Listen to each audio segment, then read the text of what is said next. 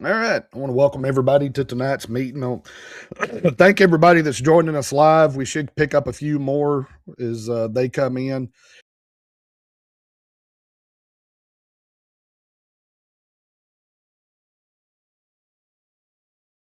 What else we got? Y'all got some good questions. Y'all doing good tonight. I'd like to know about peptides. That's not anything that I sound really stupid over here, but I really don't. A lot of this stuff is very new to me. Okay. So we'll just kind of start at the beginning and go through. Well, I say the beginning. We'll start with why everybody knows what a peptide is. But me.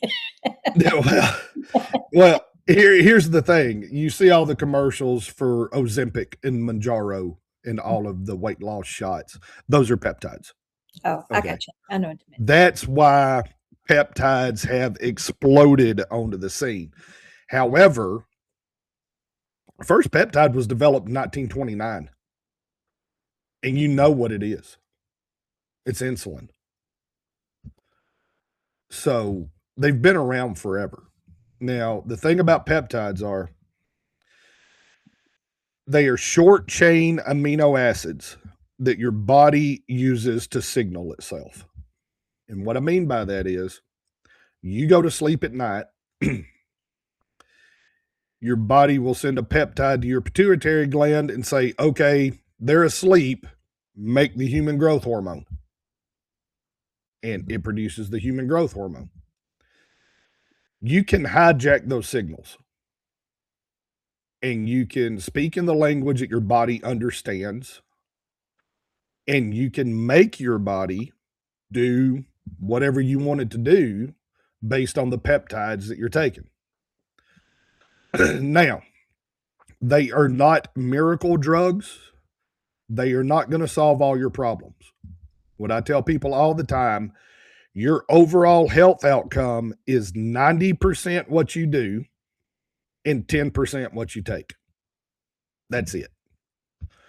But if you lock in all the habits and you're eating right and you're getting your movement and your resistance training and your sleep is good, you've got your environment set up, everything's going good, and you still need a little bit of a push, peptides can be very beneficial. But when it comes to any supplement, the one supplement that's going to move the needle the most depends on what deficiency you have. If you are deficient in something and you supplement it, then it's really going to make a difference. Right. That's what I you were don't know if I saying. can take that many supplements. What's that? I'm sorry. I said, I don't think I can take that many supplements. It's one of the reasons that getting your blood work done is so important. Mhm. Because how do you know if you're deficient if you don't have the blood work done and see? But when it comes to the peptides, I mean, there's peptides that do everything. Me personally, I'm so light complected that every summer I would burn 2 or 3 times, turn red, peel off. I'd be just as white underneath and burn again the next time I was outside for 10 minutes. I haven't put sunscreen on in 3 years. And I haven't been sunburned in 3 years. I spent all last week doing backyard Bible clubs out in the sun, never put sunscreen on. Came home, we went out to the high school to paint my youngest daughter's parking spot out in the sun, both girls fried to a crisp. I didn't even turn red. The reason is I take a peptide that increases the melanin in my skin. And now, for the first time in my life, I tan and I don't sunburn. Now, if you're really interested in it, we can do a deep dive on certain ones and we can do some lessons on it, and I can hook y'all up with, I can help you set a protocol up. Now, one thing that you have to watch with peptides, not all of them, you can't say all of them, but most of them work with a certain set of receptors in your body. If we're sending a signal, you got to have a receiver picking up that signal, right? What happens is you can actually overload those receptors. They're getting the signal too much and they desensitize to it. So you actually do a peptide for a while, then you come off of it for a while, reset those receptors and go back. And that's one of the problems I have with the way the pharmaceutical industry and doctors are prescribing the GLP-1s is they're telling people, here, take this shot, you're going to lose weight. They're not telling them to eat the protein. They're not telling them to work out. They're not telling them to send any type of signal to their body that the muscle is important. And because of that, there's studies now of people that have lost 60 to 80 pounds on GLP-1s, and their body fat percentage actually went up because just about everything they lost was muscle. I'm sure I'm one of those because that's exactly kind of what happened to me. And And it happens to everybody. Yeah. But I mean, even, you got to look at it from the pharmaceutical company's point of view. They want to get you on it. They want you taking it. And they want you buying more of it. That's how they make money, right? So they'll start you off on 2.5 milligrams of Manjaro.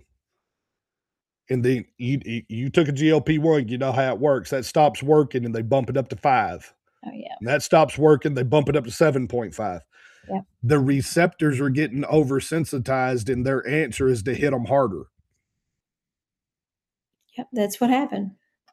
And one of the reasons that happens is they want you dependent on them and taking one big shot once a week. I take GLP-1 still just because of the blood sugar issues in my past. And I don't take one big shot a week. I take 2 smaller shots a week. Yeah. I know for the lady in our office that takes it, she's on a very small dose even after it's been like 9-10 months, and she's still at a starting dose of what I probably did, and she's doing great. But she had the protein. They gave her all of the proper instructions and monitor all of that. Well, I didn't have any of those things, and then I ended up, I think it was really at a too high of a dose, and it started causing some issues. But and then I gained Another thing that they don't tell people, I'll just let everybody know, one of the ways that the GLP works is it slows your gastric emptying. It slows how fast the food goes through your system. Mhm.